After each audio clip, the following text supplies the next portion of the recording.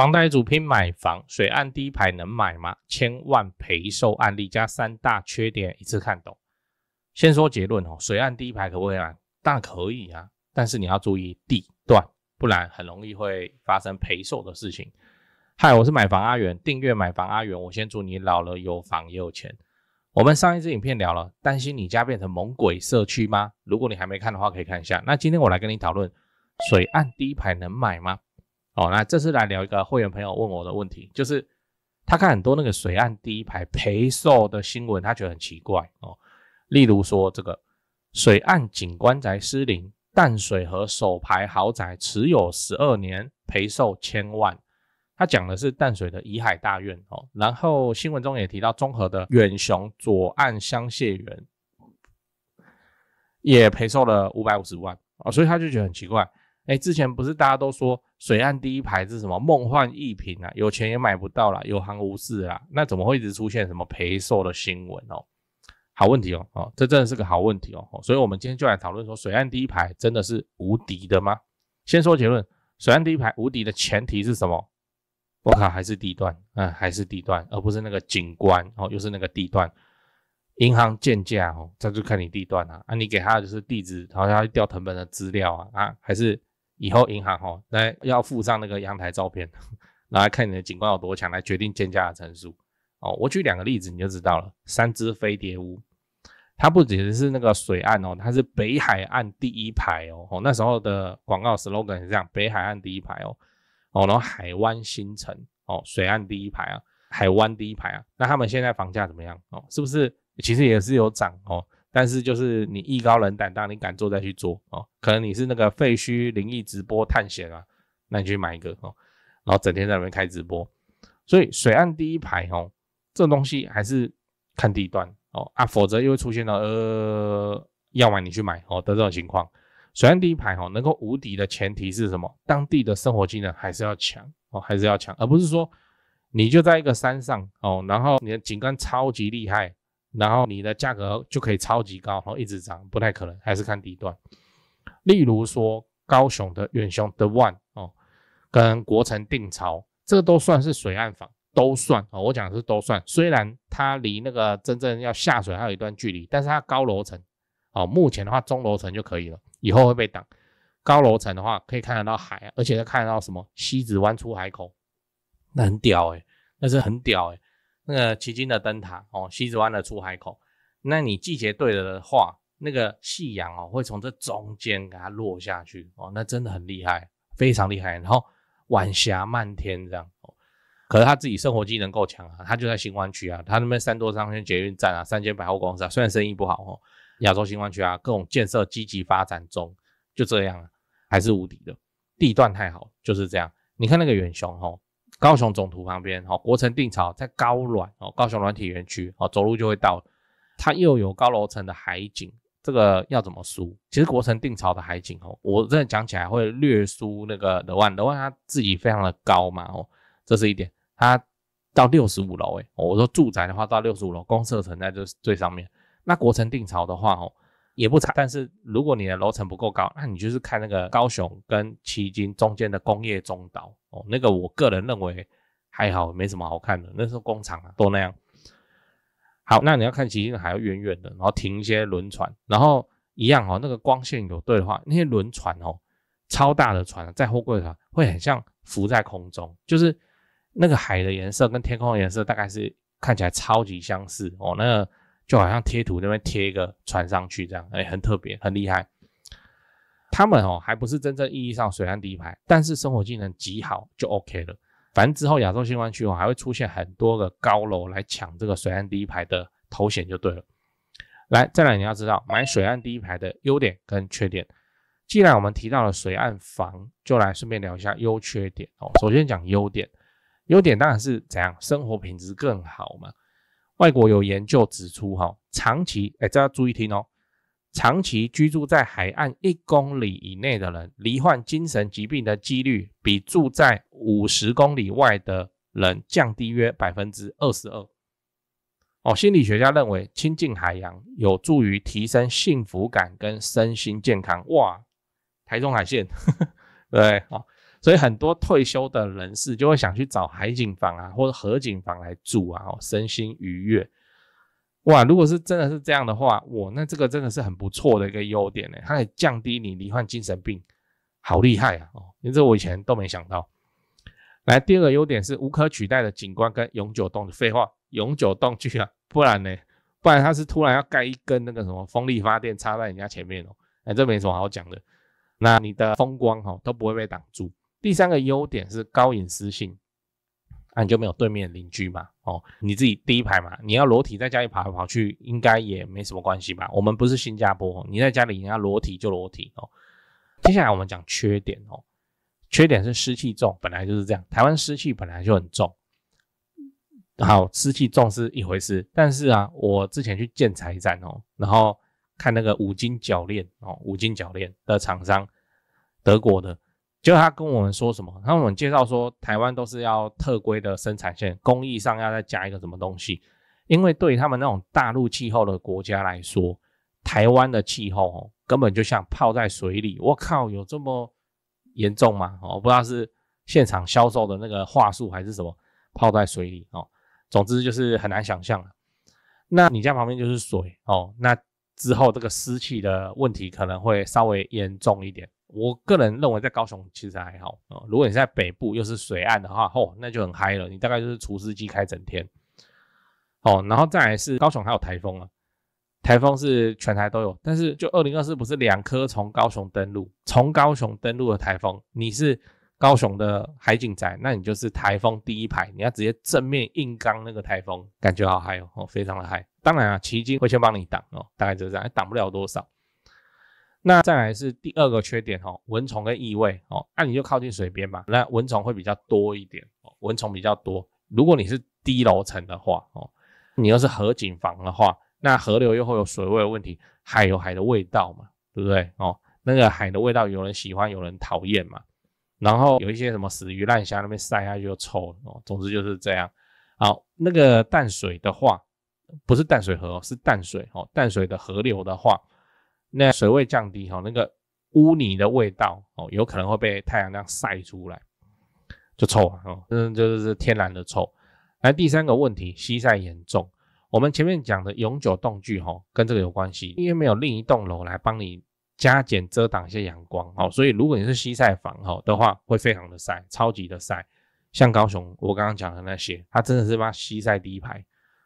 那太陽在曬的時候非常的曬，水還會反光所以那個曬度你視覺上是刺眼這樣。最後你要知道水岸第一排能買嗎？那最後我們來講水岸第一排能不能買。先說結論，可以，但不是現在，等你退休吧。水岸這種豪華景觀景觀是有分等級的那如果你是水岸第一排的話，這個景觀超級厲害，有所謂的市景跟海景或河景市景是看城市，晚上萬家燈火這樣好，那個河景房、海景房其實是小眾的市場，它會賣的比較貴，然後願意接手的人就怎樣沒那麼多。就像我们剛才講的，很多退休族才會想要買。如果你是上班族，就在那邊當社畜，你每天起早貪黑，然後晚上都搞到9點10點聚餐才回家，開會才回家，你買那個水岸第一排就是圖個心理的爽度吧。你一年看夕陽因為夕陽的時候你還在公司可能也不到幾次，然後你又要溢價去買，所以更多人是怎樣，就是不然我退休再說好了先買便宜的方便的離小孩學校近的方便接送就好了，不要直上這個水岸宅通通都有。除非你是在一個大家都很想要的社區你只要有釋出就会立刻有人開價。真正無敵的景觀都是什麼？都是限量的，那邊的房子蓋好了，屋主就是不賣好不容易有一戶釋出，都會變得有行無市。比方說高雄澄清湖，我們都不覺得澄清湖怎樣，但是對於上一輩的人來說，像白冰冰那個年紀的人来說，高雄澄清湖就很厲害以前的豪宅區對他們來說有那個心理加成的夢幻泡泡的效果就這樣。以自住的眼光來看，買河景房、海景房這種房子很容易怎樣？很容易買貴但是以自財的眼光來看，它又不是很好脫手，它的租金的投報率也拉不了多少，所以我是認為還在打拼的年紀就先不要，你這樣資金的使用效率會變低，你先去看怎樣方便怎樣來等到你要退休的時候你再來慢慢挑，再去買，這樣就好了。真的我就是這樣子想的。講完了，我們整理一下，我們今天講的水岸第一排能不能買的這個主題。那我也先分析了近期出現的賠售新聞，也分析了地段差異的重要性。如果是優秀的地段，就像高雄的遠雄的萬、國城定潮，才能夠真正維持水岸第一排的價值。另外，我們也進一步剖析了水岸的優缺點。優點方面有更加的生活品質、難以取代的永久景觀跟較高的私密性。那缺點就是潮濕問題、蚊蟲跟異味、低樓層的話，還有西曬的話會非常嚴重。那水岸第一排能買，但不是適合所有的人。我還是認為說，買水岸第一排的時機是你財務已經穩定，而且你退休以後，就是退休仔，然後住個豪華景觀，那邊退休應該是就很爽。最後我來問你，你認為幾歲是入住水岸第一排的好時機 ？A 30歲，B 50歲，C 80歲。80歲那個視力都模糊了，還去住那個對哦。那講八卦之前先打個岔。長期看我的朋友都知道，高雄置產要找誰？找台灣房屋美術之星店林店長。小老鼠 go go go go go， 小老鼠5個 go， 免費的那每隔幾天你都可以看到一些有增值潛力的房子被 po 出來。那跟我說好友已經加到超過7000人了，真誇張。那想置產台北市、新北市的朋友，就加台北101蕭店長的 LINE， 小老鼠 buy 台北，小老鼠買台北這樣。那讓蕭店來幫助你成為天龍人，跟我說已經超過2000人加入了，趕快加，越早加入越早挑案件。買了雙北，你想要裝潢，你就找漢一室內裝修裝潢找誰不是找，就是怕被當盤子敲嘛。我就推薦漢一陳老闆，反正問不用錢，小老鼠漢一HANYI 漢一。你想要只做一間廁所的翻新，這都可以反正你先問，拍照傳過去，去丈量討論之後再說。漢一很有實力的，資訊欄裡都有連結。那你看全台房市冷淡中，高雄的重大建設卻一個都沒有停。那你不趁現在挑房子，你是要等重大建設落成以後，你去搶貴的，你才高興是嗎？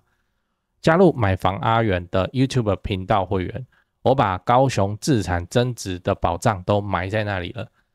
如果你是蘋果手機你記得你要用網頁來加，你不要用那個內建的 App 來加，不然會被多收蘋果稅。反正我就一直研究一直拍那能拉抬房價的高雄市蛋黃區重大建設，那有阿元看房系列，就直接帶你去看會增值的房子是長什麼樣子。現在加入就能獲得幫你整理的高雄重大建設都不用猜我自己也有買高雄，所以你放心，你看到的真的就是我自己正在身體力行的功課。現在就加入買房阿元的 YouTube 頻道會員，馬上加，馬上開始抄作業。最後提醒你，不要炒房，不要炒房，不要炒房。你買在重大建設旁邊配合政府的公益出租人的政策，做個好房東，守住房子，自然老了有房也有錢。我剛看 YouTube 的後台有 74% 的觀眾朋友都在看而已，沒有按訂閱就這樣還有55000訂閱，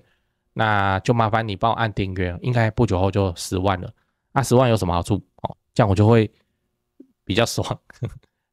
對，按了嗎？按了好感謝你的訂閱，我先祝你老了有房也有錢。講八卦這個八卦蠻有趣的這個也比較少人提到。淡水今天在講水岸，又是淡水新聞，我們來講淡水雖然淡水近期比較知名的新聞也不是這個景觀也是那個停水的問題。你都叫淡水了，你還會停水是不是很奇怪啊？好，那有這麼一個說法這也不是說法，這就是事實查都查到，就是在清朝同治年間大概1871年的時候，距離今天150年清朝的地方官員有編寫一個叫淡水廳制這種東西。這個淡水廳那時候的淡水廳管理範圍超級大，連基隆都是所以跟現在的淡水不一樣當時是包含北台灣一大片區域。然後他有寫出淡水八景淡水廳的淡水八景裡面就有這個淡水日落夕陽。淡水的日落夕陽超厲害的嘛，不是還有一張什麼日食時候的照片嘛超厲害的它叫樹台夕陽。樹台就紅毛城就說站在紅毛城的高處往淡水河口看過去，那傍晚的時候那個夕陽會慢慢的沉入海面，那橘紅色的光輝映照着紅色的城堡跟河水，畫面會非常的壯觀樹台夕陽。好，那樹台夕陽淡水廳子我剛剛不是有講到八景嗎？我也去看過，我覺得那個真的是令人感動的，是感動人心的景觀。你站在那邊不是說啊好漂亮，繼續看電視滑手機，不是，你在那邊會有那種靈魂要受到震撼，你知道嗎？我不好小，我講這我在另一個頻道講過嘛。以前有一次我去跟一個客戶開會，客戶對我們很好，他就是代理那個什麼燕麥奶反正女孩子超喜歡喝的燕麥奶，就在淡水那邊的辦公室高樓層然後反正就開會嘛，開會開着我就看他，然後背後就是那個夕陽看因為也聊得來不然平常我也不敢那麼造次。我跟我同事然後我就想說等一下不好意思打斷一下你們有很急嗎還是什麼？他說怎麼了？我說好漂亮，我可不可以先看一下就是我就在那邊開會嘛，他就坐我對面，然後那個夕陽漫天彩霞就在窗外，我在那邊看完全无法專心，什麼情況？然後他說好啊，那我們休息一下那個系統會都開比較久，可能都要1個小時以上，好，那休息一下，就一個休息。然後我跟同事就站在那個窗邊那邊看那個淡水的夕陽，漫天的晚霞在那邊看，我真的是看到靈魂都被受到波動，這樣哇，怎麼會有這個地方？那時候我就認為說，我一定要想辦法買這邊一間房子，我管它漲價，管它好不好然後一個窗口。我在窗邊但是一般來說呢，人員我們溝通的人員叫窗口嘛，窗口人真的很好，他端咖啡給我們，就讓我們慢慢看，好誇張，我到現在還記得，那個淡水線不愧是淡水廳的淡水八景啊，講起來還是感動。所以我後來我自己的房子雖然還沒退休啦，但是能力範圍裡面能買景觀，我是这樣因為我爸媽要一起住嘛，他們就退休嘛，那就給他們看那個精神疾病的幾率降低，不是比較好嗎？雖然我是3景。好，扯遠了，我們回來講這個淡水廳子的裡頭的淡水八景有什麼來，有第一個樹台夕陽熱門景點，第二個屯山積雪，大屯山會下雪嘞現在是不會了，但是在清朝的時候還會下雪，屯山積雪真的假的好，第三個蘆洲泛月，靠，淡水廳以前管那麼寬啊蘆洲泛月就是說蘆洲一帶的河上那個月光很厲害現在当然你看不到什麼反光了現在他媽高樓大廈。然後再來是淡江吼濤淡江淡水河口那個波濤洶湧的聲音再來是劍潭夜光超帥聽起來超帥，就是哇，以前淡水廳管那麼寬啊。傳說中那個劍潭呢，它為什麼要劍潭？就是有一支寶劍嘛傳說中那個劍潭水底那個寶劍會發光啊，在夜晚的時候劍潭夜光。然後再來是關渡分潮，就是關渡大橋那邊會出現海水跟淡水交匯的奇景，就顏色不一樣然後再來是香山夕照，新竹香山的海邊管得有夠寬，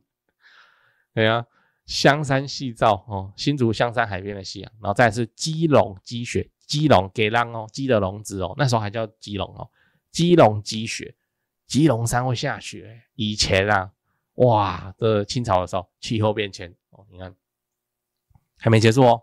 這叫清朝時候的淡水八景淡水廳。後來就來到日治時期日治時期嘞這個玩法比較大，他做的事情是台灣八景台灣八景，剛剛是淡水廳嘛，現在是全台。1927年的時候，那日治時期怎麼樣？火車通了，道路也開了，大家可以跑到深山去旅遊，就會出現很多什麼阿里山這種東西以前去不了嘛那以前那也很漂亮，那也不知道嘛那這個交通便捷了以後，做了一次那個全台灣的這個叫民意投票吧全島民意的票選，叫台灣日日新報去辦的好，這個是日治時期的八景來，第一個基隆旭丘就變成基隆現在的字了，基隆旭丘。基隆以前叫旭丘山在现在的什麼正濱國中那一帶看港口的夜景的看港口夜景的。第二個淡水又來了，淡水夕陽，所以說淡水夕陽真的很厲害，它可以貫穿這個週期从清朝的時候的漂亮，然後再一路影響到日本人淡水哦，淡水夕陽，像什麼淡海夕照哦，那升格成全台8景哦，所以它戰鬥力很強。然後再來是八仙山，台中古關的，就是說森林的景觀。那再來是日月潭出現了哦，南投的日月潭哦，那时候是什麼要蓋發電廠，然後變成一個觀光勝地。然後第5名阿里山哦，阿里山有什麼小火車跟神木啊、雲海啊哦，就紅回日本本土去。第6名是壽山出現了，高雄壽山、猴子山哦，就這樣哦，在壽山，他也沒講什麼壽山為什麼厲害，為什麼有名，反正就是出現一個壽山，好啊，那行啊。好，第7個鵝鑾鼻。哦，燈塔跟海景。第8個太魯閣，太魯閣我想誰看到都很震撼吧。哦，你看淡水廳的時候就沒有寫到太魯閣，去不了嘛。哦，就這樣，他都看到新竹了。總之就是分享一下哦，查個資料覺得很有趣哦。有淡水8景，淡水廳清朝的時候跟日治的時候全台8景，這個淡水的夕陽通通都上榜哦。然後高雄。就那個壽山哦，壽山到日治時期才被看到。山景跟海景哦，看山跟看海，你比較喜歡哪一個？我個人是比較喜歡山景哦。為什麼？因為我家這邊哦，在陽台哦架一個好一點的望遠鏡，可以看到猴子我們走來走去真的是很出名。